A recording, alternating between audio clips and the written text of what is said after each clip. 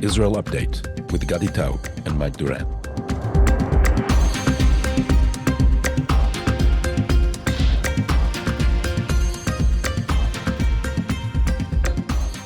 Hello and welcome to Tablet's Israel Update. It's 228 days to the war, this 22nd of May, and it's a Tuesday, and we are both at the headquarters, although not in the same studio. We can't use the studio now, so in separate rooms. Gadi in Washington and Mike Duran. Hi, Mike. Hi, Mike Duran in Washington, here at the headquarters. So lovely to have you here, Gadi. No, I have proof too. So it's been quite a week. Every week is quite a week recently. But this week we had the ICC declaring that the prosecutor declaring that he is going to, or asking the court for arrest warrants against Benjamin Netanyahu and against his Minister of Security, Yoav Gallant. Yoav Gallant was also involved in a, shall we call it a rebellion against the coalition, and so was Gallant. So Gantz. Gallants, you can say, some now say Glantz and Kot, to say the whole trio, which is also considered by some to be the American representatives inside the Israeli cabinet, which, by the way, the Americans have a majority in Benjamin Netanyahu's cabinet. And so, Mike, why don't we start with the headlines? So let's just run through the major events that have happened over the last week, because it's been really an action-packed week, and I think it's what you and I need to do is kind of put it all together into a coherent picture. We had, as you mentioned, Yoav Gallant, the Minister of Defense, broke publicly with Prime Minister Netanyahu on the question of the day after in Gaza. Then we had, and then that's what happened at the beginning of last week, and then he kind of went to a right-wing journalist, Magal, and kind of, it seems to have walked it back. That was my impression, at least, that he walked it back. We'll get your analysis of this in a minute. Then on Saturday night, we had Benny Gantz come out and issue an ultimatum to the prime minister that Gantz, why are you laughing, Gadi? You're laughing because it looks like I had a different career as a screenwriter, and it all looks like a soap drama in some way.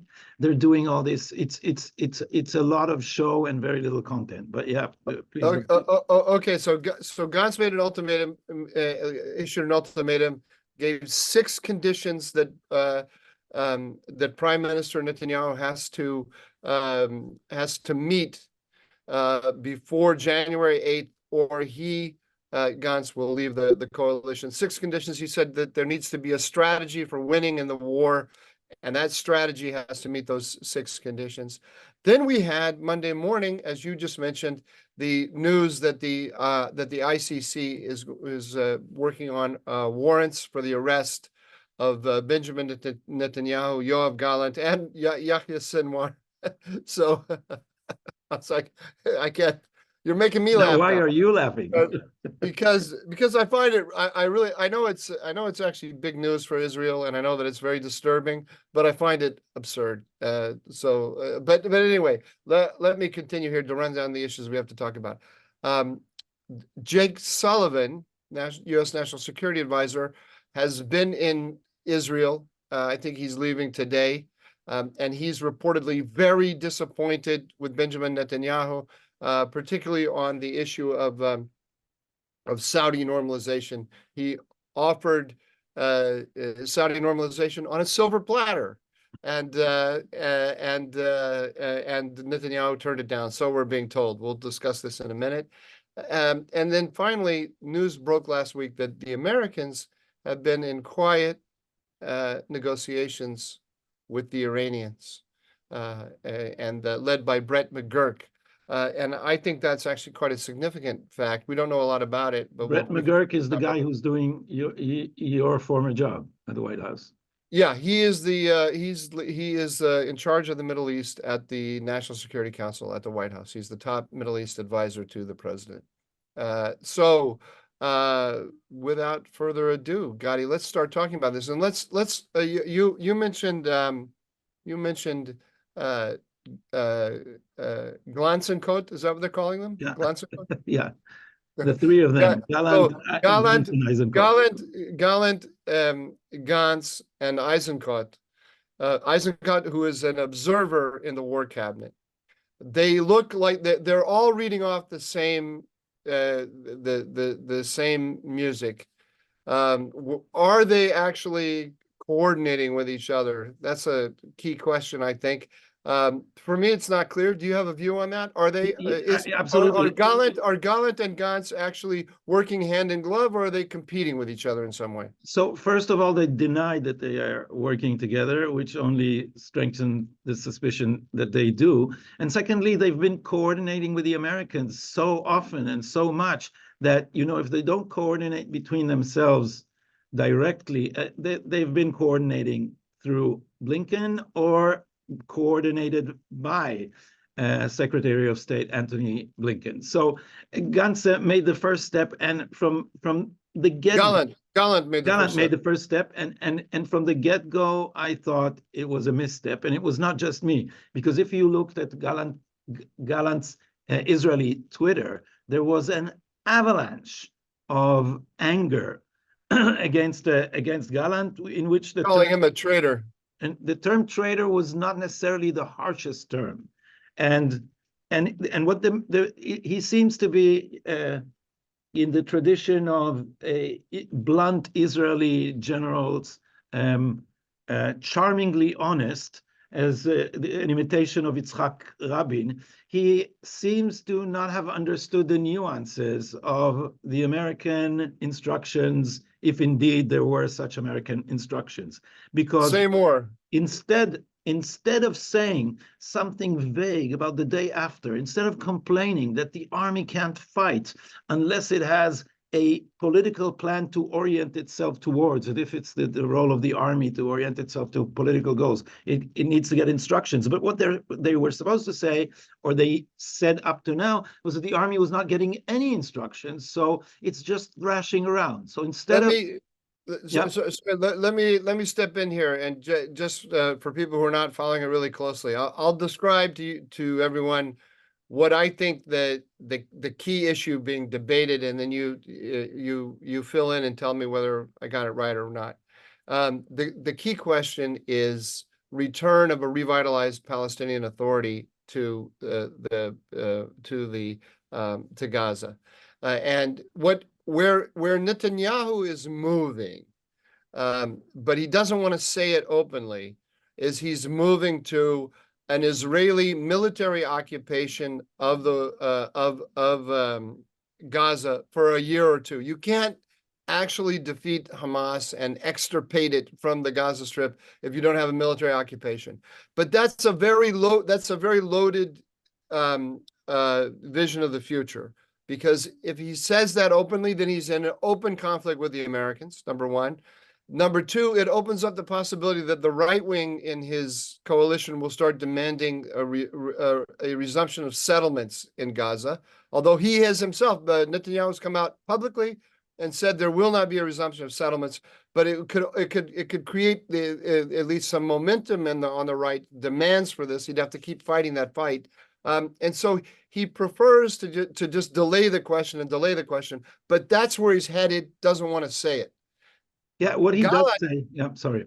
So Gallant and Gantz, Eisenkot, what they want is actually they want to work with the Americans to have a revitalized Palestinian Authority, but they can't say that because that's extremely unpopular with the Israeli electorate. And they are trying to present themselves in some way as being to the right of Netanyahu on some of these war questions for electoral purposes, but they're really working hand in glove with the Americans toward a Palestinian Authority. So what Gallant made the mistake of being too explicit about what he expects to see in Gaza. Is that do I have it right? Absolutely. And he said, we will need some Palestinian force and it will need to be armed. And the minute he said that, he triggered the Israeli public like no one from the beginning of the war. That's where the traitor label is about that. Not the fact that he's breaking with Netanyahu, but that he's talking about armed Palestinian force. Is that, do I have that right? Yes, because when you take, I think I've said this on our program before, when you take Oslo and strip all the dreams of peace and the end of days, what you get is Oslo at heart relied on the idea that we can outsource Israeli security to Palestinian forces. And back in the days of Oslo, Yitzhak Rabin thought it would even be more efficient because he said, Bli Bagatz v'bli B'Tselem, without the Supreme Court disturbing you with human rights question, and without B'Tselem, which is a radical leftist, now anti-Israeli human rights organization. So he basically thought, you know, Arabs, when they set out to stomp out rebellion, to snuff out a political movement which they don't like, they do it like Arab dictators do, in a bloody way that Israel can never do. So it's not just that the idea of outsourcing security was accepted by Israel. It was actually defended as a good idea by some. After Yasser Arafat came here, the Palestinian Authority established itself, we learned that there is no way that they are going to eliminate terrorism because they participate in terrorism. They have their pay-for-slay program. They compensate terrorists according to the amount of damage that they did to Jews, the number of Jews they caused the death of. And now we also know that the actual security apparatus of the Palestinian Authority, their personnel are moonlighting as terrorists. And not only that, and I've mentioned that too, they brag that they have managed to kill more Jews in Judea and Samaria than Hamas did. So when we talk about, when the press in Israel talks about the collapse of the Conceptia, they try to focus it all on Netanyahu, and then it's all the Qatari money. But when Israelis think of the collapse of the Conceptia, what collapsed for them is Oslo. And what is Oslo if not the outsourcing of Israel's security? And the slogan against Oslo that the right had was, don't give them guns. So here comes Gallant and says he'll give them guns. And if I was Tony Blinken and I understood Israel, suppose I would be both, I would just grab my head and say, oh no, that's the last thing you want to say. Why didn't Gallant understand this? I'm surprised. He's in the Likud, and he had no sense of this. What do you think was going through his head when he did this? I think, you know, he's a man of, sociologically, he's part of the IDF brass, and he's steeped in their echo, in their terms, and locked inside their echo chamber. And they keep, and they I guess they say this at least to each other honestly. And then also Gallant had memory of his own heroic stopping of the reform.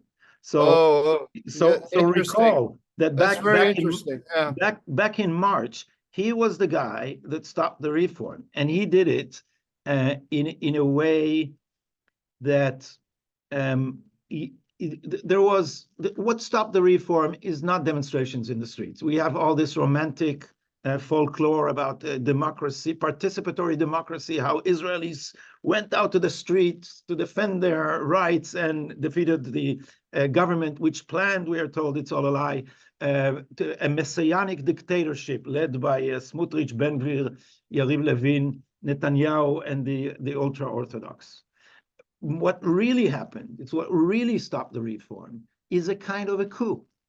The army, first of all, the veteran chiefs of the army, some among them went on to be prime ministers. So you had ex-prime ministers fanning the fires of a rebellion, and they said, if there is a constitutional crisis, if this reform goes through, and then the Supreme Court, which was supposed to be reformed, strikes down the reform. What do? That's a constitutional crisis. What should you do? And they kept saying the army should disobey the government and obey the law, by which they meant break the law and side with the court. And Gallant was Minister of Security, and it was his job to stop this rebellion, to nip it in the bud. Instead of doing it, he put himself at the head of this rebellion and crossed the Rubicon into politics. And basically, and he gave this speech in which the acceptance of the terms or the interests of the rebels was couched in terms of security. He said, as Minister of Security, I'm worried about this is becoming a security threat because the army is being torn apart. So instead of doing what you should do when you have a mutiny, putting it down, he said, it's now a danger to security. So that caused the politicians to back down. There was a 64 member coalition out of 120. That's a clear majority, and they buckled under the pressure. And then after Gallant's speech, everybody remembers Gallant Night. Gallant Night was when the demonstrations erupted because Netanyahu's response was to fire Gallant. He declared he would fire Gallant, and then everything erupted. Bonfires on the Ayalon highway, threats of a general strike, greater and greater, shriller and shriller threats of defection from the IDF. And then the next day, Netanyahu retreated and the reform was basically shelved. So Gallant, remember his heroic reform. So this was his greatest night was when he took a position independent of Netanyahu, but in doing so, he was representing the security establishment against the prime minister. Exactly. And so what you're saying is that he thought he was going to do it again. Yeah, I'm sure it was in the back of his head because, I love that interpretation. I bet you're right. I bet you're right. I looked at his body language, and when he delivered the original speech, he was dead scared, Mike.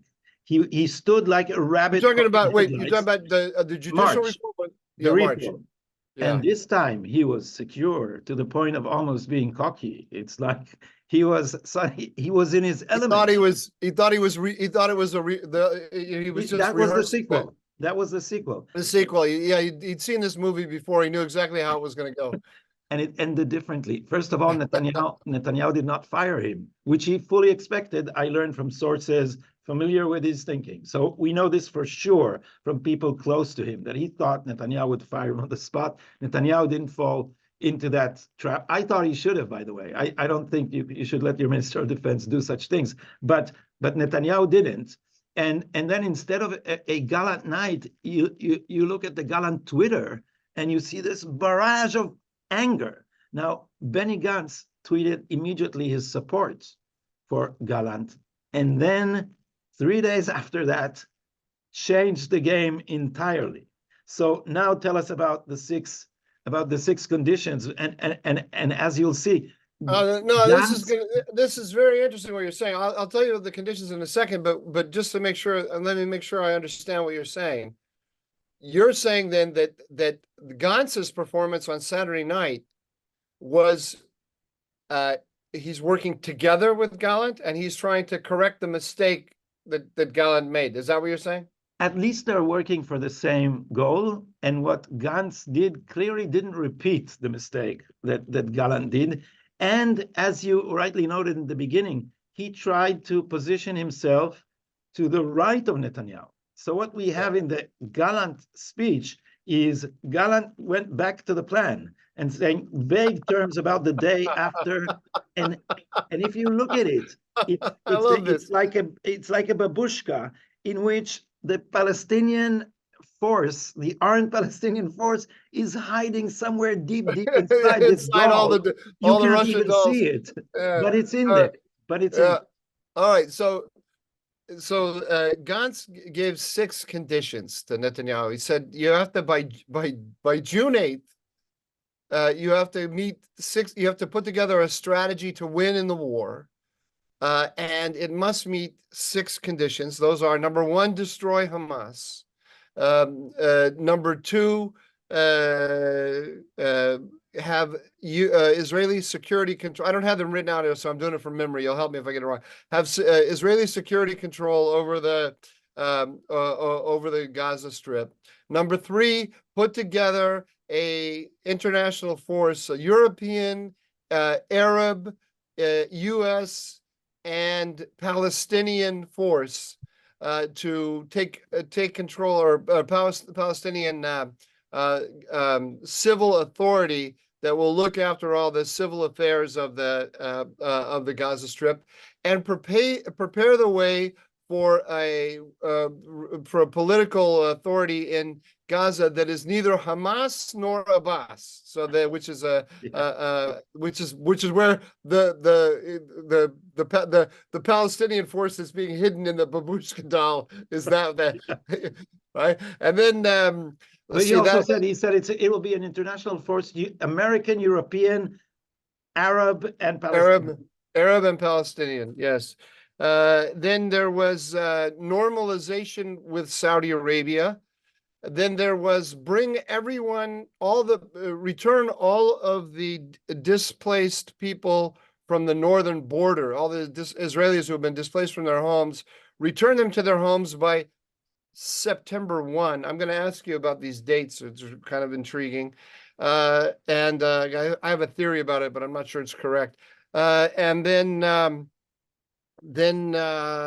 we have to have a military draft law that will make sure that everyone is serving in the military. That means especially ultra-Orthodox, but also Arabs. And I feel like I'm missing one in there somewhere. Can you think of another one? Did you say, I was looking for your article, the Gantz ultimatum, because I was going to look at the 6 conditions. Yeah, I wrote an article in Talbot, and I actually wrote this, so you'd think I'd be able to just reel it off from my memory, but my memory is bad. Anyway, we got the gist of it there. There's no way Netanyahu can meet these conditions by January 8th, which is June 8th, 3 weeks from now, which is the deadline. And then we have September 1. So it looked to me like the way I interpret it, and I wrote this article, the Gantz ultimatum for Tablet magazine. I didn't understand what you just said, the relationship between Gallant and Gantz, and how Gallant was reprising his greatest moment from the judicial reform. But the thing that I wrote is that Gantz sees the writing on the wall, and you can see that America is shutting down the war. That's very clear, which means there's not going to be everyone might be returned to their homes, but they're not going to be returned to their homes under conditions of victory, because the Americans won't let the Israelis escalate against Hezbollah in the north. There's not going to be an Arab, European, Palestinian civil authority in Gaza, because the Americans are shutting down the war and making sure that Hamas, by doing so, making sure that Hamas remains a factor in the politics of Gaza. There's no way that an Arab, the UAE, is going to send forces to govern Gaza when they're going to be attacked by Hamas, and maybe attacked by UAE, attacked by Iran for suppressing Hamas. It's not going to happen. So he knows that. He's not an idiot. He understands it. But what his dilemma is that he doesn't want to have this lack of victory, or let's say loss in the war. He doesn't want to have responsibility for it. So what he wants to do is he wants to get out of the government before this failure comes, so that he can blame it on Netanyahu. So what he's doing is he's using American support to go against Netanyahu, and ignoring the fact that America is not allowing the Israelis to win. So in other words, if he stays in the government, he has to work with Netanyahu to fight against this American policy, and he loses the support of the Americans. And what he'd rather do is use since the Biden administration hates Netanyahu, he would prefer to ride you to work in parallel or in cahoots with the Americans to get rid of Netanyahu. Did I explain that very well? I think maybe I wrote it better than I just stated it. You explained it. You explained it very clearly. I just think that there is another side to this coin, and the other side to this coin, Gantz gained his popularity by getting into this coalition, and as we say in Hebrew, lasim katef mitachat la'alunka, to put his shoulder under the stretcher and carry part of the burden. Now, it's very hard to leave a war cabinet in the midst of a war if you don't have a very serious issue, and so if you are portrayed or you are perceived as someone who is doing this for the reasons you lay out that are purely electoral, then that's considered a dirty trick. So leaving the coalition is a double-edged sword. And as a left-wing pundit Nadav Eyal said in Yediot Achronot, the trick is for Gantz to leave the coalition without losing the 10 parliament seats which he has in the polls taken away, that he took from Netanyahu, without them returning to Netanyahu. And this is compared to Yair Lapid, who from the beginning refused to join Netanyahu and kept on banging on his "we have to get rid of this terrible government" drum from the first moment, and Yair Lapid just tanked in the polls. So Gantz relies on this ambiguity for his popularity. And so leaving the coalition is a tricky maneuver. But now comes the ICC. Now, which makes it harder for him to leave, because he's got. Of course, because the Americans keep doing it. How many examples do we have of that, Mike? Since the beginning of this war, they keep doing it. They bring Gantz to the United States. For examples of it, like you're talking about the sanctioning or threatening to sanction Netzach Yehuda. That's one example. The other example was when they leaked that they were going to recognize a Palestinian state. Then there was the ammunition. So in other words, he starts to separate from Netanyahu, and then the Americans do something like designate a military unit as if it's a militia that has no connection to the IDF. From Gantz's point of view, the IDF is a professional army. All parts of it are professional. That he truly believes this, and Israel is a democracy, and it has processes for when army units misbehave. That happens in every army. There are processes for dealing with it, and for the United States to come in and pretend that there are these rogue units that are not subject to military discipline and so on. That's an insult to the whole state. Every Israeli feels that way. He can't line up with the Americans. He has to call up Antony Blinken and defend the IDF against the Americans. This is what you're talking about, right? Exactly. And here's another example. They invited him to a visit in the White House, or the State Department. I don't think he met the president. They didn't breach the protocol that far. And that was over and against the objection of Prime Minister Netanyahu. So Gantz goes to America. Yeah. And then the minute he returns, 2 days after, we get the leaks about recognizing a Palestinian state. And what do people say in Israel? They say, oh, Gantz must have had a very good visit. Either he helped them, he advised them to recognize a Palestinian state, or if he insisted on Israel's interest, then they completely disregard him and he has no clout there. So for Gantz, this is very damaging. And now come the ICC.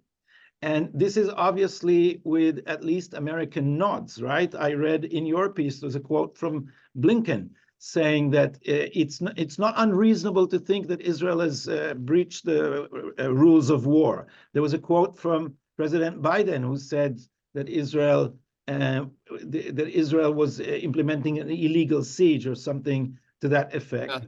Yeah. And so this is he said that when He said that, I believe, in the interview with Aaron Burnett, when he said he was that's why he was explaining why he was withholding weapons from Israel.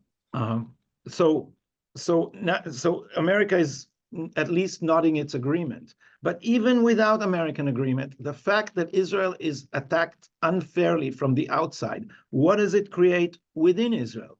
People say this kangaroo court is comparing our prime minister fighting for Israel's survival with Yahya Sinwar. And so, of course, Haaretz and the radical left, they write this. They say, oh, the court, I read this in Haaretz today, they're unbelievable. Amir Or, he's a senior, he's a member of the editorial board. And he said, I might be mispronouncing his name. I'll check this in a minute. And he said, well, the court is doing what the international court is doing, what the Israeli court failed to do, and that is convict Netanyahu. So these people are applauding the international court for this ridiculous charge that even CNN, I walked through a lobby yesterday here in Washington. I saw on CNN with the subtitles, because the volume was down, and CNN commentators were saying, this is a ridiculous charge. And they said, this is playing into the hands of Netanyahu, because it enables him to show it's a ridiculous charge because it's helping Netanyahu. Yeah. So this causes Benny Gantz and I'm guessing now Yoav Gallant. We haven't spoken of Yoav Gallant. He was rebelling against Netanyahu. Now they're on the way to the same cell. That was because of course the Khan, the prosecutor from the ICC, said that he's going to indict Gallant as well as Netanyahu. So if this is an American, I mean, I think the American policy, it gives a kind of a green light to the ICC. It's not clear to me that that this was ginned up in any way by the Americans. Who knows? But of course, now the State Department is saying that they will work with Congress to censor the ICC. We'll see what that means. Anyway, if it's an American plot to bring down Netanyahu and to create a pathway by which Gantz can leave the government and look like a patriot rather than an American agent, they're not doing a very good job. Yeah, no, they're not doing a good job. Amir Oren is the commentator in Haaretz, and the argument was that now, if the prime minister would be barred from leaving Israel, he would be what they call essentially incapacitated. We are they're gonna whatever happens, they'll find a way to phrase it in legalese, always in legalese. This is relevant, right? The first 5 paragraphs of the article don't matter because the final paragraph says, and therefore Netanyahu must resign. but we have invented a judicial term called essential incapacity. And there's an incapacity clause in our basic law, the executive, as you have for the executive in America. But the incapacity clauses everywhere mean when something happens to the prime minister and he can't function. If when he has a stroke. Yeah. But what they started floating this idea around in the days of before judicial reform. They said, if Netanyahu is going to be tied up in court, as Donald Trump is, then he'll be essentially incapacitated from performing his duty. And then the Attorney General can decide that he's incapacitated and remove him from office. So these people with their megalomania in our juristocracy and the rule of judges and jurists, they think that an Attorney General can make the decision to remove a sitting prime minister on his own. So now Haaretz is supporting essential incapacity since he can't function if he can't leave the country. Yeah, this is funny. Let me say a word here about about American policy, because we had Jake Sullivan, who's just finished his trip. Yeah. Sullivan said that there's this unbelievable opportunity, Gadi, to create a whole new Middle East by normalization with Saudi Arabia and Israel. I'm glad you're laughing because it's such a fantasy. Essentially what's going on, as I see it, is we've got two American policies. We have a fake policy and a real policy. Let's start with a real policy. The real policy is very simple: stop the war. They want to shut down the war in Gaza. They want to shut down the war with Hezbollah as well. They want to shut down the whole thing, and they want to do it yesterday. The problem the administration has is they keep putting pressure on the Israelis and indicting the Israelis in a lot of ways to justify the pressure that they're putting on them. But the problem they have is that Hamas won't agree to shut down the war. They thought twice now they thought that they had Hamas ready to agree to a long-term ceasefire and exchange of hostages for prisoners, and Hamas hasn't come forward. We talked about that in previous episodes. But this is what they haven't. That hasn't changed their mind, and if they recognize that the pressure they're putting on the Israelis is actually emboldening Hamas, they're not doing anything about that. Maybe a little bit in that they're allowing the Israelis to carry out a limited incursion into Rafah. But they continue the policy of putting pressure on the Israelis to shut down the war.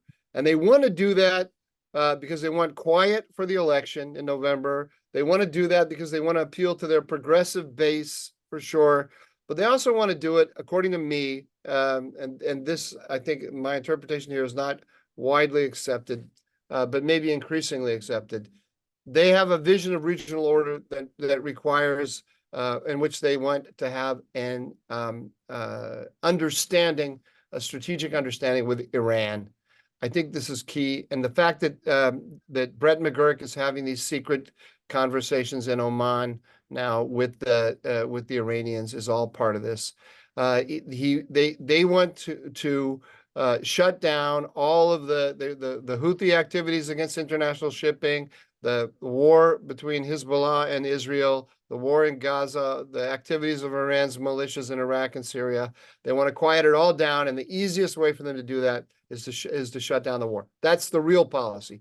The fake policy is revitalize Palestinian Authority in the Gaza Strip. This is not going to happen. There's not going to be any revitalized Palestinian Authority because they're trying to shut down the war. If they shut down the war, Hamas remains a factor in the Gaza Strip. We're back to where we were before, coming up with arrangements with Hamas of one sort or another. They're going to put a little Palestinian Authority cover over that, but it's essentially an arrangement with Hamas and an arrangement with Iran. Now, to make it look like there's some kind of grand new, beautiful Arab, European, Palestinian civil affairs thing that Gantz is talking about, they're also talking about this normalization with Saudi Arabia. But the Saudis have two conditions for that Netanyahu has to meet in order to have normalization. Condition number one: stop the war. Condition number two: define an irreversible pathway to a two-state solution. So when this is where you're back to your babushka doll, right? With hiding the Palestinian Authority inside the little tiny Palestinian Authority two-state solution, armed Palestinian Authority looking after the security in Gaza. When Gantz says prepare the way for normalization with normalize with Saudi Arabia and prepare the way for this Arab Palestinian force in Gaza that is neither Hamas nor Abbas, he's playing games. He's playing games because we know that he knows that American policy is going to leave Hamas in power, and to the extent it's going to bring in the Palestinian Authority, it's going to be window dressing for Hamas. So he's aligning himself very much with the Americans, but pretending that there's some option out there that Netanyahu is not taking, and Netanyahu's not taking it.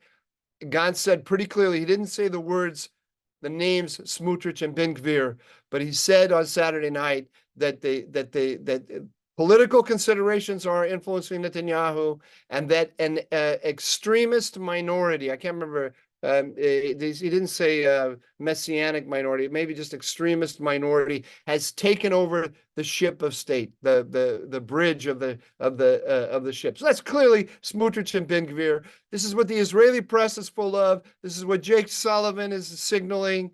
That the normalization with Saudi Arabia and this incredible alliance against Iran is waiting for the Israelis if Netanyahu would just break with Smotrich and Ben Gvir. I can't believe the Israeli press this morning, by the way, is full of this.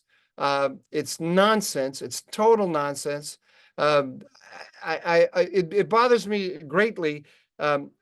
It's not because I am a supporter of Netanyahu. I am a supporter of truth. And the truth is, America is aligning with Iran, and the Israelis just do not want to see it. They don't want to see it. And they'll grab this ridiculous cover story that the administration has created about normalization with Saudi Arabia in order not to see it. And it pains me. Yeah, and it's hard to fight because the yearning to believe it is just so deep, and the Americans are feeding the Israelis this lie day and night. Two short remarks. One, also to quote your piece, the idea that the evacuees of the north would return by September 1st sounds like a tough demand. In fact, this is a surrender to Hezbollah, because nobody thinks that we can defeat Hezbollah by the September 1st. So Benny Gantz, amidst its tough talk, is actually accepting the American plan of de-escalation in the north under the guise of being tough on Hezbollah. But we should also note, as we promised, the dates. And so 1st of September is one, and the day of the ultimatum, that if the ultimatum expires, he will leave the coalition, is June 8th. And June, in Israel, the law is that after the Knesset dissolves itself, suppose he can topple the government. It's not clear, because the government has a solid 64 right-wing bloc, which Benny Gantz and his party joined. Their leaving is not going to topple the government, but as you also note in your piece, it's going to undermine its legitimacy, and this can be the beginning of the downfall. And if Gallant leaves as well, it gets even more difficult. And Gallant also said a month or two ago that if the ultra-Orthodox are not drafted, he will leave. Yeah, so that's going to be their trigger, I think. Yeah, that's their other excuse. And by the way, that's the most dangerous mine. That is the issue that can topple the government, and we should talk about it in one of our next shows in more detail. But note also that the permanent protest, which we now know is coordinating with America, we know because one of the protesters showed off on one of their WhatsApp groups that he is in constant touch with the White House, no less. So really, Amidor, yeah, absolutely. I didn't see that. Amidor, it was, and Caroline Glick, our friend, reported it on JNS in detail. He said there's a whole plan, he said, and we are perfectly coordinated with the White House. And their date. Oh, he's a political genius, that's for sure. Yeah, but I'm sure, I don't know if the plan is to get laid. Maybe that's a good thing that he did. But I'm not sure that his. Why? How is that going to help him with his love life? If you're intimate with the White House, then you're a big shot, aren't you? So does that work with the Israeli ladies? If you tell them you're. I haven't had any experience with that. But the date that asking for a friend. I'm a happily married man. Permanent protests, the ones who are coordinated with America, also a few weeks back said that the target date is June 9. That's around the same area. And why are they? So this raises a suspicion of coordinate. Wait. Hold on. I didn't totally follow. It's really interesting what you're saying. How were the protests going to resume on June 9? Why June 9? It has resumed already, but their ultimatum to the Knesset is for the Knesset to dissolve itself by June 9. Now they don't have or what will happen? nothing. They don't have any leverage. But But this is why this is- why did they pick June 9 and when did they do that? They did it a few weeks back, or even a few, or was it more than 2 months? I'm not sure, but a few weeks back. And why is this interesting, and why does it raise a suspicion? Because they're all aiming at this strange date, and then you ask yourself why.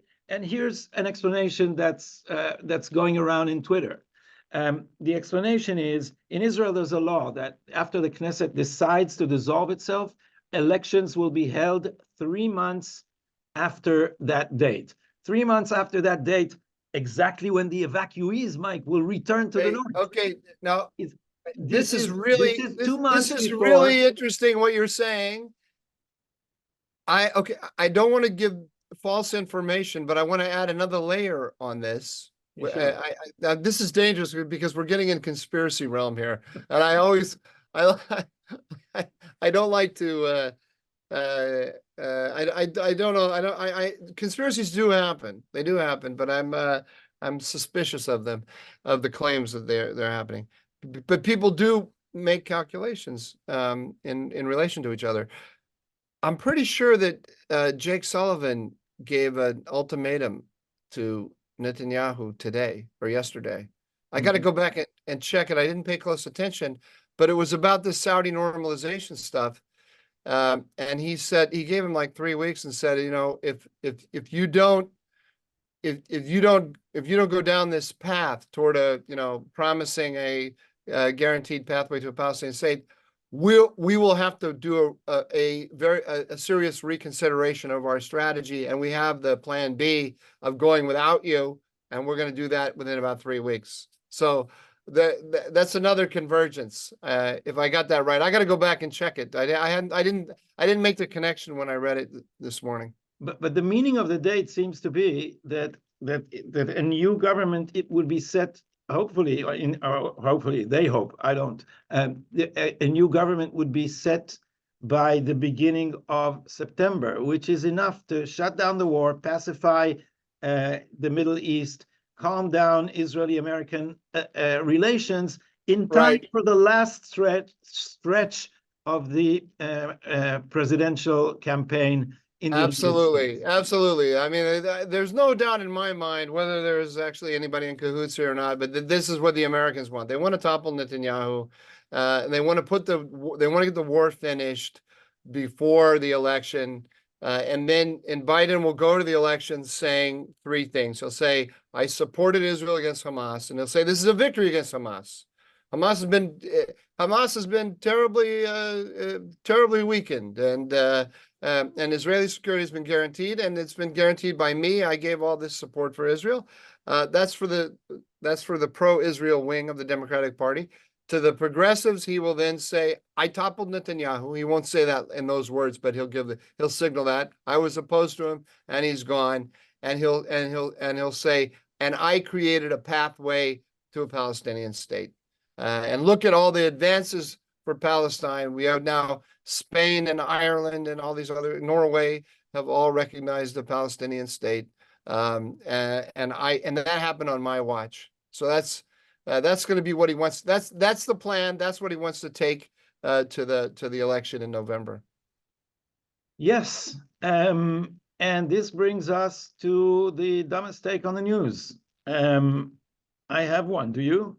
I didn't. I keep failing you. I'm sorry. I don't have one. Mine is just so dumb that it will suffice for both of us. And this is from Barak Ravid, your favorite reporter. Barak Ravid, the reporter that covers the White House / performs PR for the White House. He gives cover to the White House. He gives cover to the White House, and he received a prize from the White House. Since when do journalists receive a prize? The people they're supposed to be covering. So Barak Ravid. That's journalism today.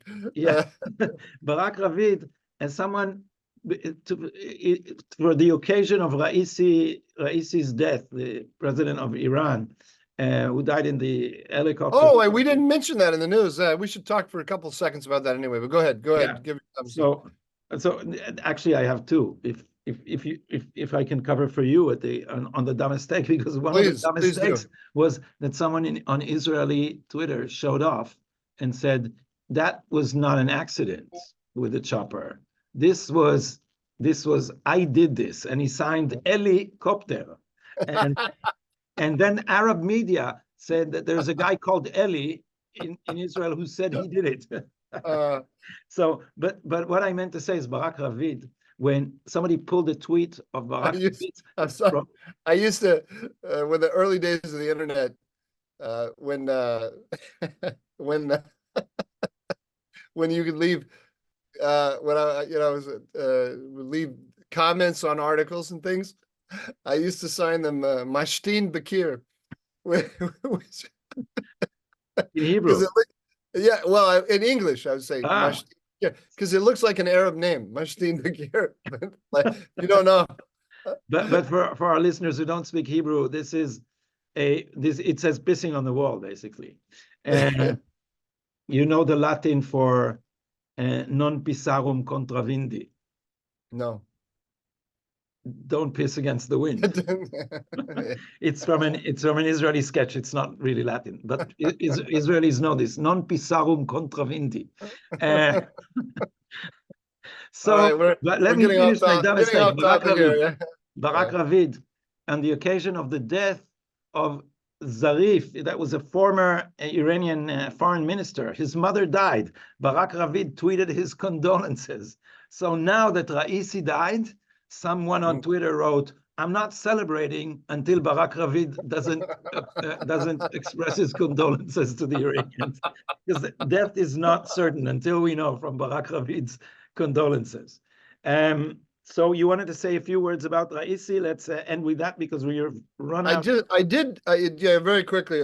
First of all, I did think it was kind of funny that while the search was going on for Raisi and Abdullahian, the foreign minister, this is the only time I can ever remember that everyone in the world was watching a search for in the wreckage, and everybody had their fingers crossed, hoping that they wouldn't find them alive.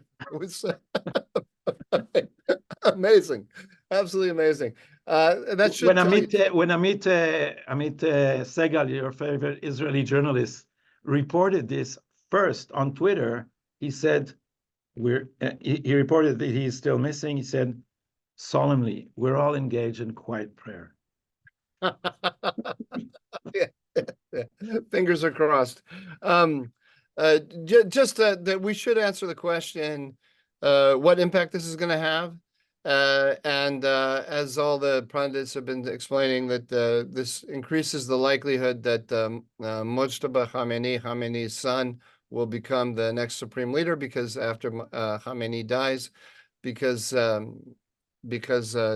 Raisi was being groomed, but there was a competition between the two, Mojtaba and Khamenei. If you want to think it's a conspiracy theory, I assume that this was just a helicopter crash.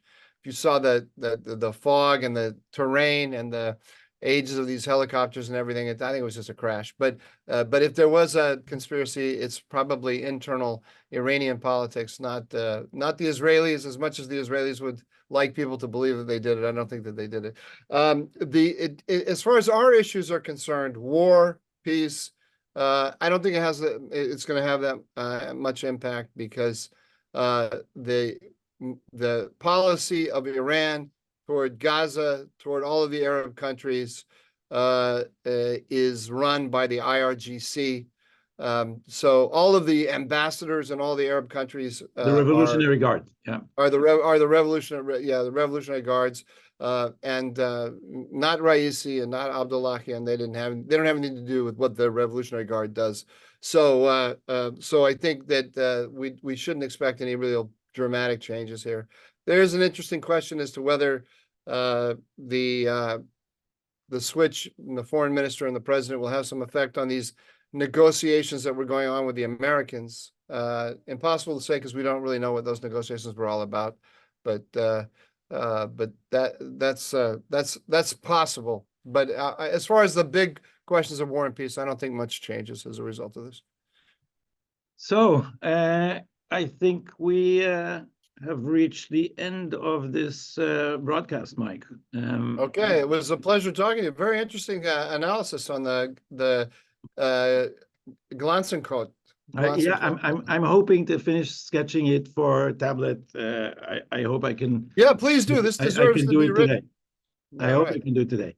So thank you for hosting me at the headquarters of the Hudson Institute here in Washington, D.C., and I'll be heading back to New York this evening. Thank you, Mike, and I'll see you on here next week. Okay, be good. Bye-bye.